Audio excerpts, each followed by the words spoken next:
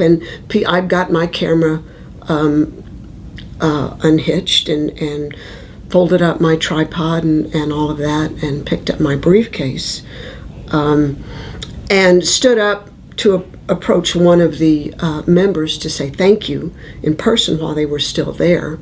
And in fact, I was going to thank Republicans and Democrats, because that's, you know, you've always said you have to call out both sides, right? And we do it granted. Exactly. So that was what I was heading to do. And as I was waiting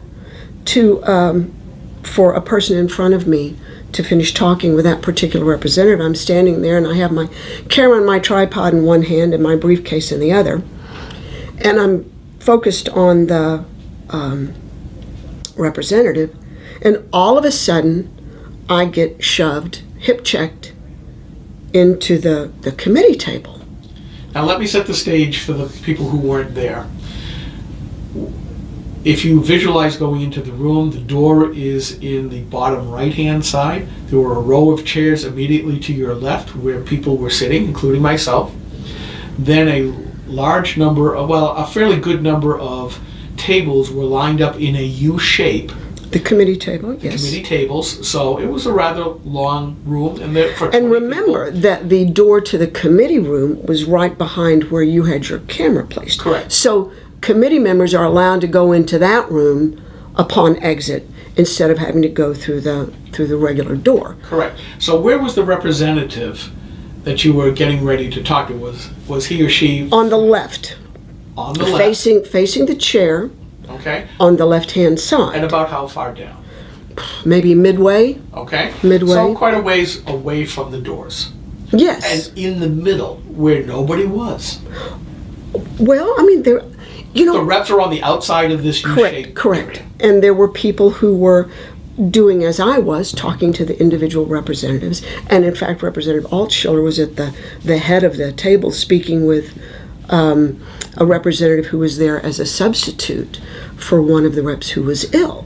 And who was one of those who loudly said, I cannot vote for this bill, I will not be doing it, which a lot of us sitting in those chairs went, what? Oh my, yes. What is the leadership of the Democrats going to be saying to him? But he was very forthright and very truthful as to why.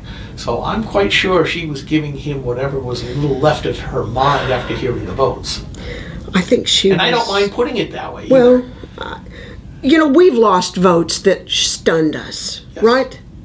And of course you're perplexed, and of course you're animated, right?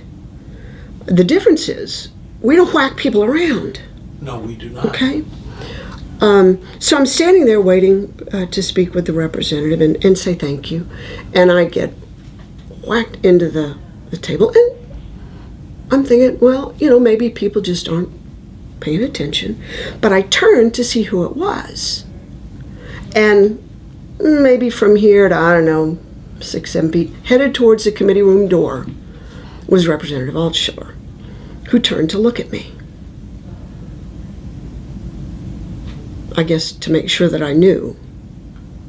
And of course this is me, okay? This is me, that I knew who did it. And I thought, well, I'm gonna let this go. She lost. She lost big. She did indeed. She lost big. I'm sure it was a public humiliation. It was. Which nobody wants, right? Nobody. I don't care what side you're on. Being humiliated in public is hard. Well, I had just lost my bill the day before. So I understand what it's like. Yeah. Something that should have been a technical fix Yes. to budget law, neither right or left, is more budget committee versus selectmen. And I ran into a buzzsaw because I didn't gauge the politics right. So Yeah. it was humiliating. I Yeah. lost 17-3. Well, I think this may have been more humiliating because it was lost on fact. That nobody knew what was in the bill, and therefore in good conscience could not vote. So, and I don't know what's in anyone's mind except my own, although I think I can read my husband's mind from time to time. But I don't know what's in anybody else's. I can only surmise by actions and speech. So I thought, okay, I'm going to let this go. Don't make, why pick another fight? Right? Why engage in that? Why do that? So I thought, okay, and I had to leave actually because I was meeting a colleague, supposed to meet a colleague in the room next door, 202. And so I turned around and went out the regular door, and to get to that next committee room, I had to take a right turn. And as I did that, and again, I've got my camera and my tripod and my briefcase in the other, walking along in my little old lady boots and heading to meet my colleague, and here's a gaggle of folks. Moms Demand Action. Yes, Moms Demand Action, and some lobbyists and representatives of other organizations, and there was no way to get to 202 without going past them, right? So I'm walking past and felt compelled to say, or try to begin to say, there's just no excuse for physical violence, right? And I mean that. I think almost all law-abiding citizens who carry, especially those of us who conceal carry, understand this is not the wild, wild west. We are not out to prove that we can make the streets red with blood. We understand the responsibility of carrying something that can be used to defend yourself, but can also cause harm to somebody else, even as they are assaulting you. It is a big responsibility to carry out one's Second Amendment and Article 2A freedoms. Yeah. And while respecting the First Amendment rights of everyone. Absolutely. And the left does not understand that. They understand that these are dangerous people without really understanding who we are. And there's no doubt, being the co-founder of Granite Rock, where I stand on this issue. They cannot conceive of anybody who is willing to carry a firearm, just wants to be left alone, and really never wants to ever draw it out of their pocket or draw it out of its holster. They don't understand that, especially for people like us who are getting up in years, I can no longer stand 6 inches from anybody and put my right foot into their left ear to defend myself. Those days are long gone. Yep. And many pounds ago.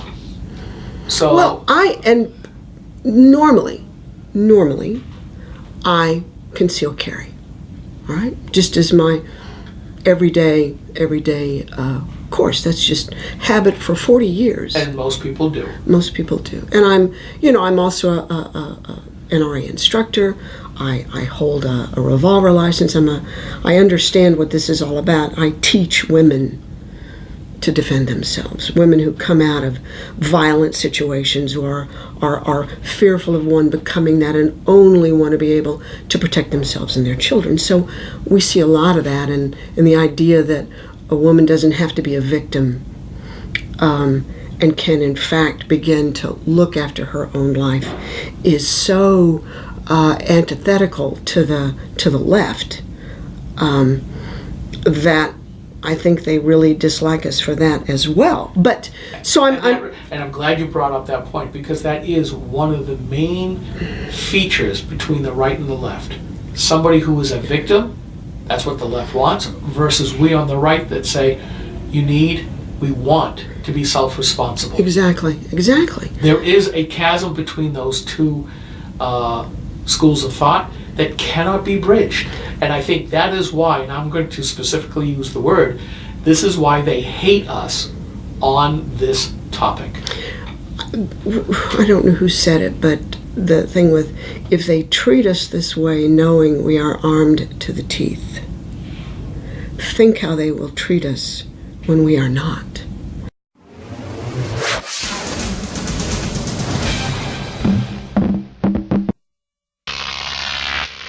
Croc TV.